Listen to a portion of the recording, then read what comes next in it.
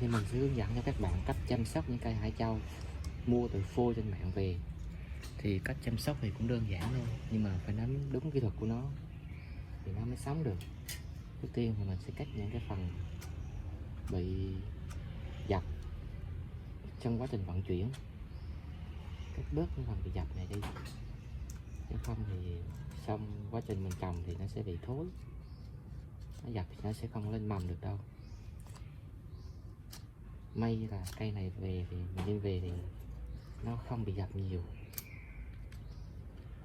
nên mình chỉ cần cắt sơ sơ thôi là được rồi. Các bạn nào cảm thấy nó bị dập nhiều có thể dùng kìm bấm cây để cắt nha, cứ mạnh dạn cắt vào không sao hết.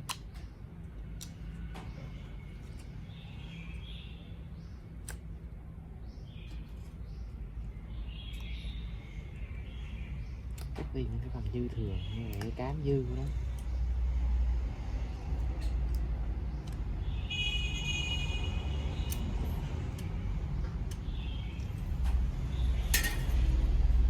Sau khi cắt xong thì mình có thể dùng dao lam để mà gọt bớt những cái phần dư thừa nhỏ nhỏ.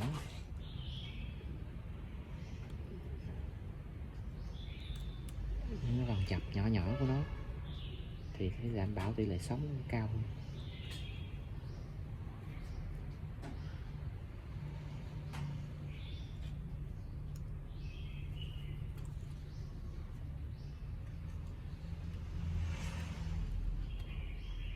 Phôi hải châu thì các bạn nên mua hải châu dòng hải châu Phú Yên nha, dòng đảo đấy, dòng biển đấy, thì lá nó sẽ thường nhỏ hơn. Còn dòng hải châu ở Khánh Hòa thì thường là dòng lá lớn. Dòng lá lớn thì không được chuộng bằng dòng lá nhỏ. Hiện nay thì dòng lá nhỏ này ta rất là chuộng vì trái rất là sai và đẹp.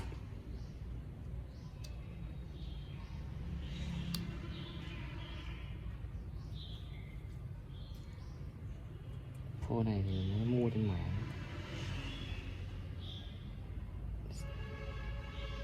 với giá khoảng vài chục nghìn thôi nha. Có một số phôi lên tới 200-300 nghìn, tùy theo phôi đẹp xấu. Phôi này là mua 100.000 nhé.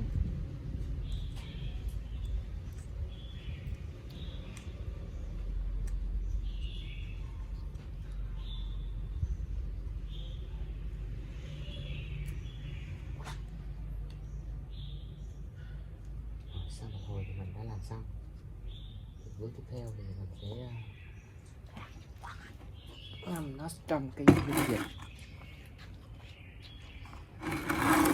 kích rễ. Thì kích rễ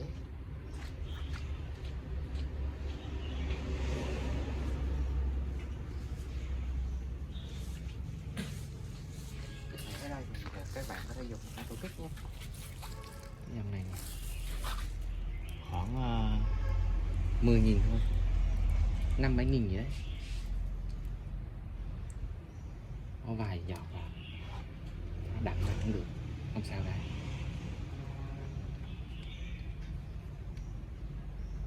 Bởi vì phôi này mình phải kích cho mạnh vào thì nó mới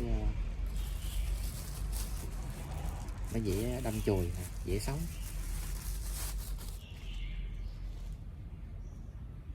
Khói lên nha.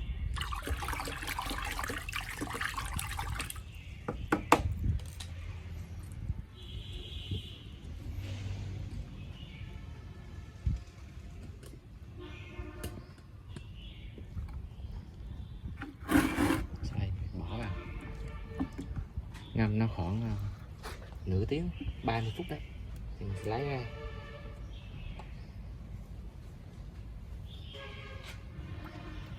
Sau khoảng 30 phút thì mình sẽ lấy ra và để cho ráo nước, yên ngoài trời cho nó ráo nước, rồi mình sẽ bắt đầu tha keo vào. Sau khi cây tha ráo nước thì mình sẽ bắt đầu mình cho tha keo vào nhé. Đây là keo liền sẹo, các bạn có thể mua loại keo ở ngoài chợ người ta bán rất là nhiều, giá khoảng 20-25 nghìn tùy loại. Tha keo vào những cái vùng này.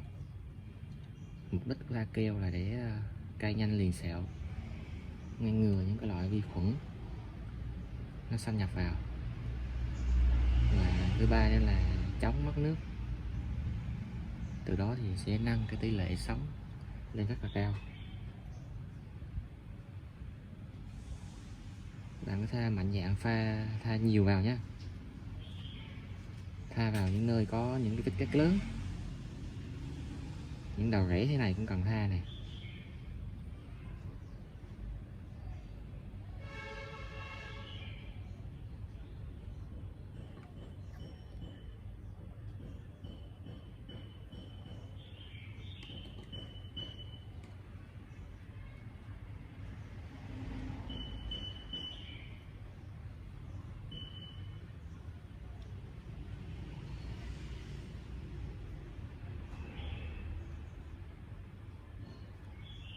Rồi mình sẽ đợi cho keo nó khô nha,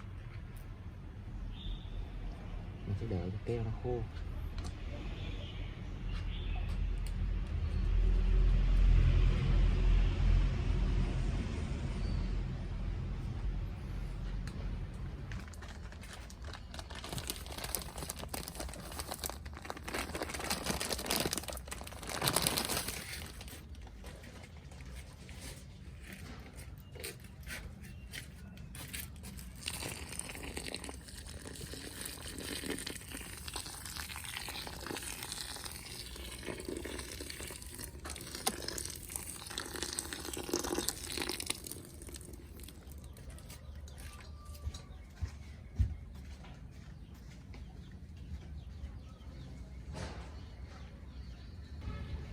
Sau khi mà keo nó khô xong thì mình sẽ bắt đầu dùng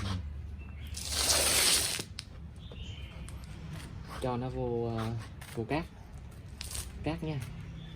Cát lúc nãy mình đã hướng dẫn xử lý để cho sạch khuẩn. Giờ thì mình sẽ tiến hành trồng cây vào.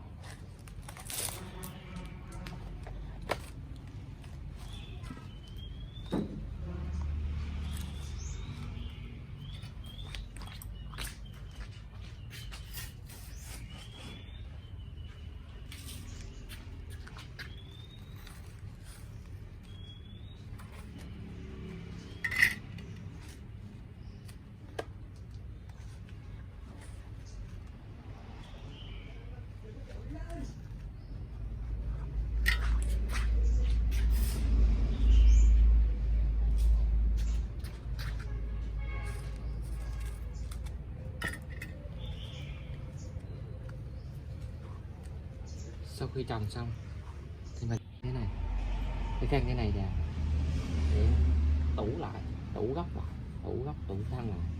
Mục đích là để cho nó giữ ẩm, và mình sử dụng nước Anolic lúc nãy á, để mình tưới vào gốc, vào thân.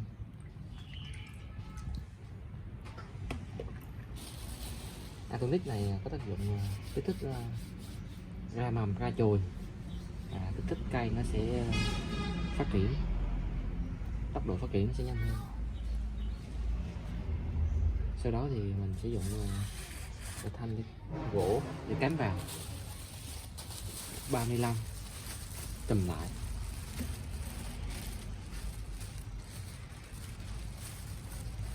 Tủ bao giúp cho cây không bị khô và mất nước, nhất là quá trình nó ra chồi non.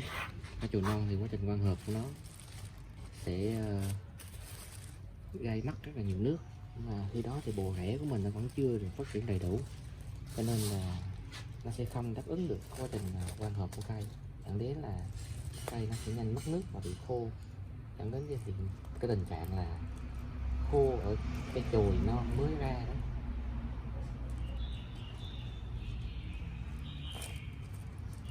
Bọc kỹ lại.